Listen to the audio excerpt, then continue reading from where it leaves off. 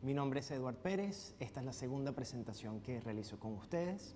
Soy abogado actualmente del Instituto Interamericano de Responsabilidad Social y Derechos Humanos y exabogado de la Corte Interamericana. En esta oportunidad vamos a tener la posibilidad de conversar un poco sobre probablemente una de las garantías más importantes que está prevista en la Convención Americana sobre Derechos Humanos y en general en la totalidad del derecho internacional de los derechos humanos, que es el derecho a la igualdad y a la no discriminación.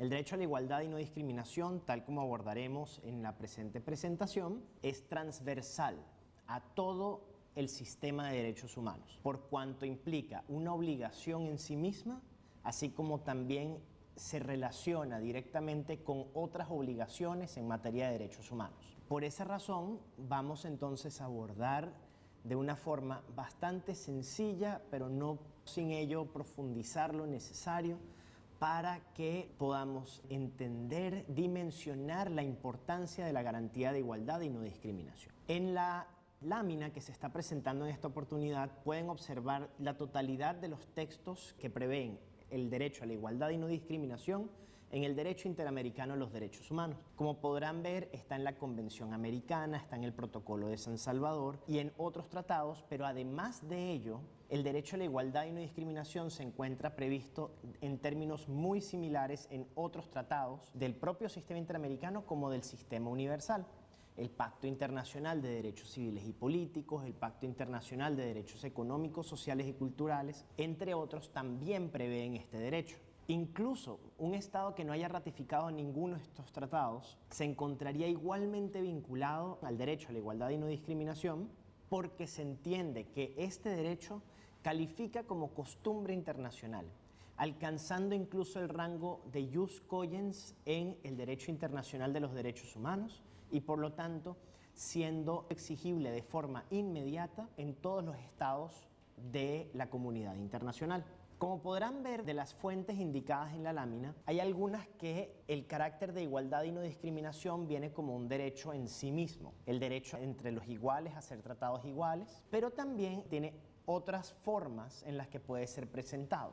Por ejemplo, cuando estamos hablando en el último caso, que es la Convención Interamericana para prevenir, sancionar y erradicar la violencia contra la mujer, el derecho a la igualdad y no discriminación tiene una dimensión adicional por cuanto está buscando de forma específica prohibir la discriminación en contra de la mujer, la discriminación por razones de género, para garantizar precisamente el derecho de las mujeres a vivir libres de violencia. En términos similares, los otros tratados identifican algunos grupos tradicionalmente discriminados con el objeto de precisamente brindarles protecciones especiales desde la perspectiva del derecho a la igualdad y no discriminación. Sobre algunas de ellas vamos a hacer referencia a lo largo de esta presentación, pero en cualquier caso, los componentes generales que vamos a hablar en esta presentación son igualmente aplicables a cualquier grupo en situación de vulnerabilidad, concepto al cual también se va a hacer referencia posteriormente. Partiendo de que la fuente que nosotros utilizamos principal es la Convención Americana sobre Derechos Humanos, vamos a partir de la norma, vamos a partir de lo que dice este tratado, entendiendo que hay provisiones similares en otros tratados y por lo tanto las consideraciones que están acá pueden ser igualmente aplicables tanto para este como para los demás. De esta forma, la Convención Americana sobre Derechos Humanos tiene dos normas que regulan el derecho a la igualdad y no discriminación. El artículo 1.1 de la Convención Americana, que prevé las obligaciones generales de los estados con relación a los derechos contemplados dentro de ese tratado, y en segundo lugar, el derecho a la igualdad ante la ley, previsto en el artículo 24 de la Convención, que prevé una protección incluso más amplia que la del artículo 1.1. El artículo 1.1 de la Convención, como obligación general de los estados en materia de derechos humanos, lo que implica es la prohibición de discriminación en el respeto y garantía y en el acceso en general a los derechos contemplados dentro de la propia Convención Americana sobre Derechos Humanos. ¿Qué implica esto? No se podrá discriminar en el acceso a la libertad de expresión, no se podrá discriminar en la libertad personal de la persona, no se puede discriminar en general en el acceso a la propiedad. Esos son los derechos que se encuentran protegidos por el artículo 1.1. Si se dan cuenta, entonces, estamos ante una versión subordinada del derecho a la igualdad y no discriminación. ¿Subordinada a qué? Subordinada a la relación con otro derecho previsto en la Convención Americana. Para ser prácticos, si en un caso uno tuviese que determinar una situación de discriminación en estos términos, por ejemplo, discriminación en el acceso a la libertad de expresión, lo que la Corte Interamericana realizaría es declarar la violación a la libertad de expresión como derecho en relación con la obligación general prevista en el artículo 1.1 de la Convención. Específicamente, se violaría la libertad de expresión con relación a la obligación de igualdad y no discriminación. El artículo 24, por su parte, es una cláusula autónoma de igualdad y no discriminación. ¿Qué quiere decir esto? Reconoce el derecho a la igualdad frente a cualquier tipo de derecho o garantía que esté prevista en la ley dentro del derecho de cada uno de los estados. ¿Qué implica esto? Nos salimos de la Convención Americana al definir el con relación a qué se estaría discriminando. Eso es lo que ocurrió, por ejemplo, en el caso Duque contra Colombia, en el cual la Corte Interamericana determinó la violación a este artículo 24, no porque se estaba discriminando en el acceso a algún derecho previsto en la Convención Americana, sino porque se estaba discriminando en el acceso a un derecho contemplado en la propia legislación colombiana, que era el acceso a la pensión. Si bien el acceso a la pensión entonces no se encuentra previsto en la Convención Americana, en ese caso se identificó que existió una discriminación por razón de orientación sexual en el acceso a la pensión. Por esa misma razón se determinó una violación del artículo 24 de la Convención. Un punto importante con el cual debemos precisar para poder continuar con la presentación es hablar de los conceptos. ¿Qué es la no discriminación y qué es la igualdad? Normalmente son términos que van aparejados y que siempre se ven en conjunto. Y si bien es cierto que en general la obligación abarca las dos, en general cada uno de los conceptos tiene un impacto distinto al momento de hacer un análisis en un caso en concreto sobre la existencia o no de una posible violación o al contrario, sobre las medidas que se pueden adoptar para garantizar ese derecho. La discriminación, y tomando a partir de acá la definición prevista en la Convención Interamericana contra toda forma de discriminación e intolerancia, se lee como cualquier distinción, exclusión, restricción o preferencia en cualquier ámbito público o privado que tenga el objetivo o el efecto de anular o limitar el reconocimiento, goce o ejercicio en condiciones de igualdad de algún derecho humano o libertad fundamental consagrado en los instrumentos internacionales aplicados a los estados partes. Esta definición es un buen punto de partida, partiendo de que solamente se analizaría la versión del artículo 1.1 a la cual se hizo referencia en la lámina anterior. Sin embargo, como se dan cuenta al final, pareciera que la prohibición de discriminación en este tratado se limita solamente a los derechos humanos previstos en el derecho internacional de los derechos humanos, excluyendo los derechos que se encuentran en la ley. Por esa razón, la propia Corte Interamericana tiene una definición que ha ido desarrollando a lo largo de su jurisprudencia y que es la definición que de alguna forma se desprende del propio texto de la Convención Americana, que se ve cristalizada en una mejor manera en la sentencia del caso Norín Catrimán contra Chile. En dicha sentencia se prevé que existe discriminación ante toda diferencia de trato que carezca de una justificación objetiva y razonable. Eso implica cuando no persigue un fin legítimo y no existe una relación razonable de proporcionalidad entre los medios utilizados y el fin perseguido. Sobre esta definición es que vamos nosotros a hacer el análisis de cada uno de los casos que se van a ir abordando. ¿Por qué utilizamos esta definición? Porque es la más amplia aplicada dentro del derecho internacional de los derechos humanos. Esta definición además ha sido incorporada con base en las decisiones de órganos del Sistema de Protección de Naciones Unidas y ha sido reiterada a lo largo de la jurisprudencia de la Corte Interamericana de manera bastante constante. Antes de pasar igualmente a profundizar sobre esos elementos de la discriminación, no debe dejarse de lado hacer referencia a el derecho a la igualdad, la otra mitad de esta obligación. ¿Y por qué es importante hacer referencia a la igualdad? Porque el concepto de igualdad es un concepto que viene principalmente no del derecho, sino viene de alguna forma de la filosofía. Es un concepto que algunos sostienen que es parte de la filosofía política incluso. ¿Y por qué se sostiene esto? La igualdad tiene dentro de la filosofía varias acepciones y la Convención Americana y en general el derecho internacional de los derechos humanos no son claras en cuáles son las acepciones que tiene. Las tres principales son las acepciones de igualdad formal, igualdad de oportunidades e igualdad material. La primera refiriéndose a la igualdad ante la ley, la segunda refiriéndose a igualdad de oportunidades, es decir, garantizar que todas aquellas personas tengan la posibilidad de obtener los mismos derechos en condiciones de igualdad, y la tercera, que es la igualdad material, que implicaría el deber estatal de tomar todas las medidas para que todas las personas, independientemente de las oportunidades que tengan, tengan los mismos derechos y tengan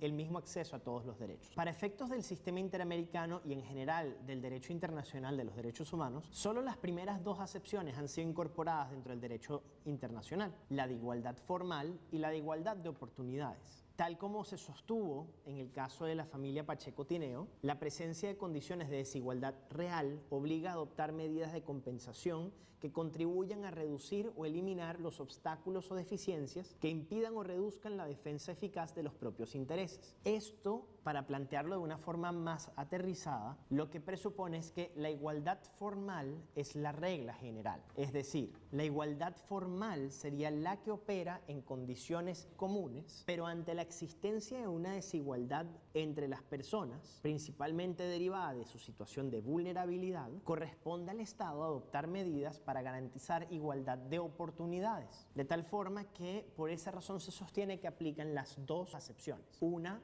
que operaría un status quo y otra que opera ante la situación en la que se identifique una desigualdad real. En el propio caso de la familia Pacheco Tineo, la desigualdad real derivaba de la condición de migrantes de los integrantes de esa familia en relación con el acceso a la justicia. Eran personas que, obviamente, por su condición de migrantes, tenían dificultades en el acceso al proceso y en el acceso a la justicia en Bolivia, y la falta de información, la falta de medidas específicas adoptadas para que estas personas pudieran tener acceso a este derecho fue lo que constituyó la violación en perjuicio de los integrantes de la familia Pacheco Tineo. Si el caso en concreto se hubiese referido no a migrantes, sino una situación de acceso a la justicia normal y corriente dentro de un país en el cual estamos hablando de un ciudadano que no está sometido a algún tipo de situación de vulnerabilidad, entonces en ese supuesto probablemente la Corte Interamericana no habría identificado una situación de discriminación. La discriminación, por lo tanto, en ese supuesto, devino de la situación de desigualdad real que tenían y cómo eso afectó la posibilidad de gozar de otro derecho, que fue el acceso a la justicia. Precisamente esto es lo que nos facilita comenzar a hablar de la situación de vulnerabilidad, porque cuando se identifica la situación de vulnerabilidad es que comienza a operar el principio de igualdad de oportunidades. ¿Qué es la vulnerabilidad? Las personas son integrantes de un grupo en situación de vulnerabilidad en la medida de que desde una perspectiva social se identifica que históricamente han sido personas que son sometidas a mayor número de violaciones o a mayor grado de vulnerabilidad a determinado tipo de violaciones. Por ejemplo, no es un hecho controvertido en la mayoría del continente americano que los grupos indígenas se han encontrado marginados normalmente a raíz de las sociedades occidentales. Esa situación de vulnerabilidad específica a la que se encuentran sometidos los indígenas acarrea entonces la obligación de los estados de adoptar medidas para garantizar igualdad de oportunidades, precisamente con el fin de que esa situación de desigualdad entre el indígena y el no indígena cese. En sentido similar, otro grupo en situación de vulnerabilidad históricamente identificado es la mujer, particularmente, por ejemplo, en aspectos como el acceso a los derechos políticos o el acceso a oportunidades laborales en igualdad de condiciones que los hombres. En ese orden de ideas, el reconocimiento de esa situación de desigualdad conlleva igualmente a la aplicación de la garantía de igualdad en su acepción de igualdad de oportunidades, generando entonces obligaciones a los estados para que adopten medidas dirigidas a cesar esa situación de desigualdad. Cuando no se encuentra una situación de vulnerabilidad, la situación de desigualdad, entonces estamos hablando de un caso de desigualdad en el aspecto formal. Y en ese sentido, el Estado no está en la obligación de adoptar medidas para que cese la desigualdad, porque en principio la desigualdad no existe. El Estado lo que en ese supuesto lo que tiene que adoptar son medidas para que esa desigualdad que en principio no existe tampoco en la práctica se materialice.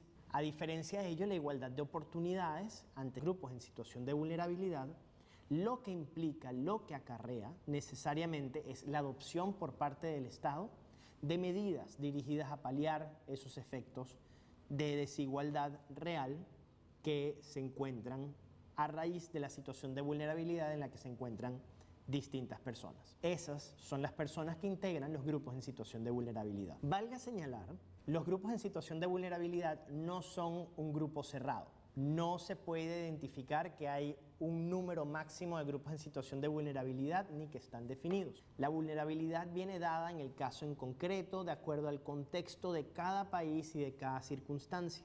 Es una definición sociológica por la cual lo que corresponde es identificar si este grupo en particular se encuentra en esta situación particular de vulnerabilidad que requiere para que operen estas medidas en concreto.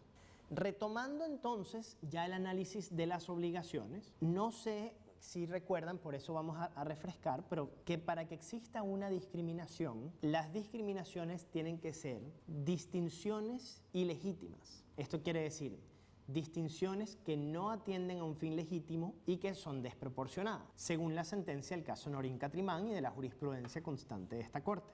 Partiendo de esa premisa, lo que vamos a hacer a continuación es analizar cuáles son las preguntas que nos tenemos que hacer para poder enfrentar una situación de discriminación, para poder identificar si una distinción en un caso en concreto es discriminatoria. En este orden de ideas, la primera pregunta que se tiene que hacer es si dos situaciones jurídicas o varias situaciones jurídicas distinguidas son relevantemente iguales. La segunda pregunta que se tiene que hacer es si la justificación para realizar una distinción es legítima. Y la tercera pregunta que se tiene que hacer es identificar si la distinción en el caso en concreto es legítima y proporcional para el fin que se estaba buscando. Vamos a abordar cada una de estas preguntas a continuación. Entonces, el primer paso responde a la pregunta si una diferencia que existe entre dos personas, si esa diferencia es relevante o no. Es decir, vamos a responder si dos situaciones jurídicas son relevantemente iguales o no. ¿Cuándo son dos situaciones relevantemente iguales? Una pregunta práctica y muy sencilla es imaginando que van a hacer una contratación en un lugar en el cual dos personas están aspirando a un cargo y esas dos personas, una tiene los ojos oscuros y la otra tiene los ojos claros. La pregunta es, ¿son iguales? Evidentemente no. Todas las personas son distintas bajo ese pretexto. Sin embargo, por eso la pregunta hace referencia al carácter de relevantemente iguales. ¿Cuál es la relación entre el color de ojos de un candidato a un cargo en una empresa para su destreza o para la contratación de eso? Ningún tipo de impacto. Por lo tanto, esas características no son relevantes para el análisis del caso en concreto. Si se identifica que se está haciendo una distinción con base en una diferencia que no es relevante para el caso en concreto, estamos ante una situación discriminatoria. Si la diferencia que se identifica es por un hecho que sí es relevante para la aspiración que se está evaluando, entonces en ese supuesto se pasaría al próximo paso del test. Pero por lo menos para efectos de este primer paso no calificaría aún como un trato discriminatorio. Pasaríamos entonces al paso 2, la justificación. Lo que corresponde es identificar cuáles son o si existe en general alguna justificación. Por eso se tiene siempre que entender que no toda diferenciación, no toda distinción es discriminatoria. Existen algunos supuestos en los que la situación de diferenciación es legítima y existen otros casos en los que existen justificaciones de carácter prohibida. Podrán ver que en la lámina se pone entre signos de interrogación la justificación prohibida. La razón por la que se pone entre signos de interrogación es porque corresponde identificar cuáles son esas justificaciones que se encuentran prohibidas. Porque en principio, cualquier tipo de justificación que sea razonable desde una perspectiva de orden público, desde una perspectiva de la razón que se pretende aspirar, en lo que sea que se está buscando hacer con esa distinción, podría justificarse que es legítima. Por ejemplo, volviendo a la contratación de alguien a alguien para que integre el personal de una empresa. Entre justificaciones legítimas, ¿cuáles se pueden identificar? Por ejemplo, el grado de estudios que tenga con relación a otro candidato, o el grado de expertise o la experiencia profesional que tenga en determinado aspecto. Esos son criterios que evidentemente califican como legítimos. ¿Dónde se convierte un poco más, digamos, escabrosa la distinción? Cuando se incorpora, por ejemplo, un argumento de edad, que por algún lado se puede sostener que es por experiencia, por otro lado se puede sostener que es una situación de discriminación en perjuicio de las personas más jóvenes o los adultos mayores. Esos ya son los casos que tendrían que continuarse evaluando con mucha más claridad. Y en tercer lugar, el tercer paso es el test de proporcionalidad, en el cual lo que se va a analizar es la legitimidad y proporcionalidad de una distinción. Siguiendo entonces con el análisis que ya hemos realizado, se debe perseguir un fin legítimo y debe existir proporcionalidad entre ese fin legítimo y la distinción que está siendo aplicada. De alguna forma es una suerte de balanceo entre una y la otra. ¿Qué es importante precisar acá? Estos son conceptos jurídicos indeterminados. ¿Qué implica que sean conceptos jurídicos indeterminados? Le corresponderá al juez, en el contexto en específico, en una situación específica, analizar, dotar de contenido ese concepto. De tal forma que perfectamente una situación que sea un fin legítimo en este momento puede no serlo en otro momento, así como algo que puede ser un fin legítimo para un juez podría no serlo para otro juez. Ahí también es muy importante tomar en cuenta el análisis de la doctrina, de la jurisprudencia, para ver cómo han manejado otros tribunales este tipo de circunstancias, precisamente por la amplitud de esos conceptos jurídicos. Igual vamos a abordar en algunos términos generales en qué significan estos conceptos jurídicos indeterminados. Y comenzaremos con los fines legítimos. Como les mencioné hace un par de láminas, un fin legítimo implica cualquier justificación que sea razonable desde la perspectiva del derecho o del orden público. ¿Qué tipo de distinciones podrían plantearse en abstracto? Seguridad nacional, salud pública, orden público, mayor experiencia, entre otros. En este orden de ideas, lo que tiene que probar quien discrimina, quien hace la distinción, para de alguna forma legitimar esa distinción, debe probar el fin por el cual se aplica esa distinción. ¿Qué implica esto? Una carga probatoria. Alguna parte en un juicio tendrá que demostrar si la distinción en un caso en específico es legítima o no. Vale señalar que debe existir, por lo menos a efectos del litigio, debe existir una carga probatoria, normalmente siguiendo las reglas claves del litigio, que es que el que alega prueba un hecho. Por lo tanto, en general, quien debe probar que ha sido discriminado y que lo va a hacer justificando que el fin no es legítimo, esa debe ser la persona que debe alegar la falta de legitimidad del fin que se está planteando. De tal forma, si yo soy la persona que está siendo discriminada o que siento que estoy siendo discriminada, tendré que alegar ante el tribunal que el fin por el cual me discriminaron no es legítimo. Esta es una regla general que parte del principio del que alega prueba, pero que admite excepciones igualmente a las cuales me voy a hacer referencia posteriormente. El segundo paso dentro de este test es la proporcionalidad entre el fin legítimo y la distinción que está aplicando. Cuando estamos haciendo esta parte, como les mencioné antes, estamos enfrentando una situación de balanceo. El fin legítimo por una parte y la distinción por otra parte, partiendo de la regla de que todas las personas son iguales, de tal forma que el fin legítimo es la justificación que justifica el trato desigual, pero como toda balanza, no puede implicar nunca que uno vacíe de contenido del otro, ni viceversa. El caso de fecundación in vitro contra Costa Rica es un caso bastante característico de esta situación, en el cual se estaba evaluando el acceso de una pareja que sufría una discapacidad, particularmente la infertilidad, que afectaba las condiciones de igualdad para ejercer su derecho a acceder a una familia. Esta situación de discapacidad, esas familias pretendían solventarlo a través de la técnica de la fecundación in vitro en Costa Rica. Sin embargo, Costa Rica sostuvo que se prohibía la técnica de la fecundación in vitro porque la técnica implicaba una afectación a el derecho a la vida de los embriones, derecho que se encontraba reconocido bajo el ordenamiento jurídico costarricense. El análisis que realizó la Corte en ese momento no se opuso a sostener que el derecho a la vida del embrión puede ser un fin legítimo bajo el derecho internacional o incluso bajo el derecho costarricense. Esto es importante destacarlo porque los fines legítimos no necesariamente vienen dados por el derecho internacional. Por ejemplo, en el caso Uzón Ramírez contra Venezuela, la Corte Interamericana reconoció también el carácter de fin legítimo a una situación de desigualdad, que el fin que buscaban proteger era la honra de las Fuerzas Armadas del país, un derecho que incluso se le extiende a una persona jurídica.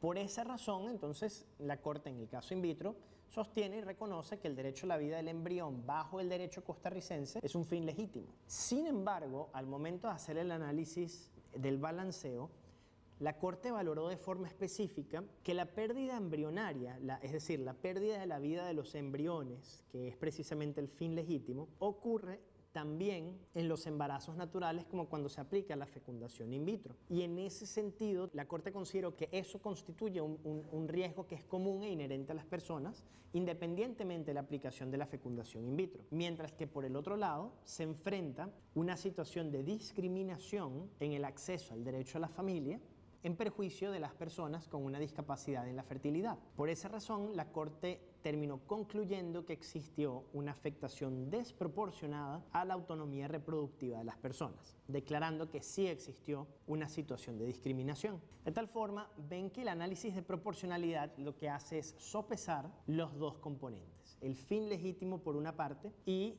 la distinción real o formal que se puede identificar en un caso en concreto. Valga señalar, si hay algo que para mí es fundamental que quede clarísimo en esta presentación, es que lo más importante es que se aplique este test, independientemente del resultado al que se llegue, porque precisamente es en este sopesar de garantías que se puede generar la discusión necesaria sobre igualdad y no discriminación. Pueden existir supuestos en los cuales se identifique otra medida que resulte adecuada igualmente al balanceo, y en ese orden de ideas le corresponde al juez identificarla y promover su implementación. Como les indiqué previamente, la identificación de un fin legítimo, en principio, de alguna forma se presume la legitimidad y le corresponde al que alega, es decir, normalmente la persona que considera que ha sido discriminada, justificar que el fin legítimo no era legítimo. Sin embargo, la doctrina, y en un concepto asumido por la Comisión Interamericana, ha identificado que existen categorías sospechosas de discriminación. ¿Qué es una categoría sospechosa de discriminación? Son aquellos casos que el derecho internacional dispone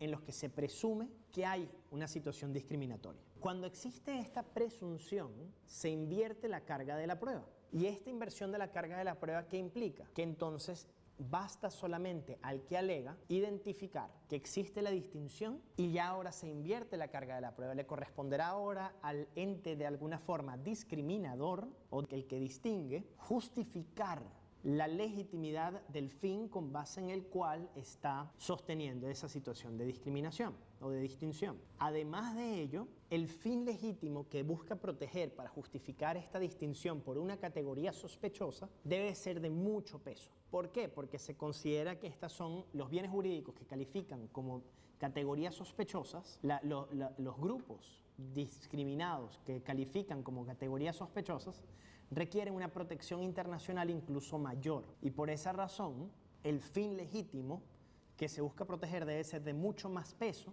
para que en el balanceo se justifique de alguna forma esa distinción. ¿Cuáles son las categorías sospechosas? Por lo que implican las categorías sospechosas, normalmente vienen dadas por el propio tratado.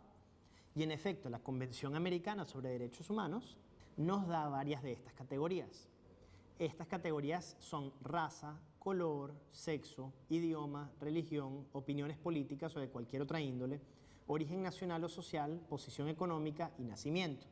Entonces, bajo este argumento, si existiese una distinción por alguno de estos motivos, entonces califica la inversión de la carga probatoria y además califica el requerimiento de una justificación de mayor peso. Verán que también indica cualquier otra condición social. Esto abre la posibilidad a que los jueces, al momento de hacer un análisis, puedan valorar en el derecho internacional si consideran que existe algún otro tipo de grupo que se encuentra especialmente protegido por el derecho internacional. Esto es lo que hizo la Corte Interamericana en el caso Atala Rifo contra Chile, cuando identifica que como el derecho ya existía un consenso en el derecho internacional dirigido a la protección de la población LGTBIQ, por lo tanto, se incorpora la orientación sexual de alguna forma dentro de ese artículo 1.1 de la Convención Americana, calificando como categoría sospechosa con todas las consecuencias que ya habíamos hablado en los últimos momentos.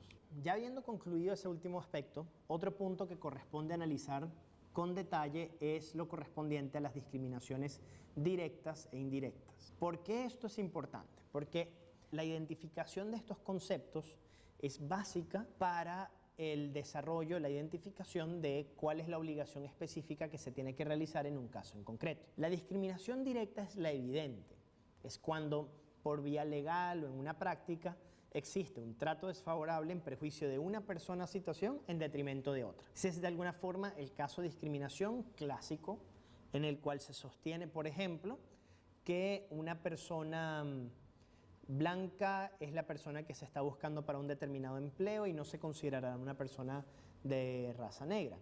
En ese orden de ideas, eso es evidentemente una discriminación directa. Y esto puede estar tanto previsto formalmente en la ley como una práctica expresa o tácita. La discriminación indirecta, en cambio, es un caso aparte y es mucho más sutil.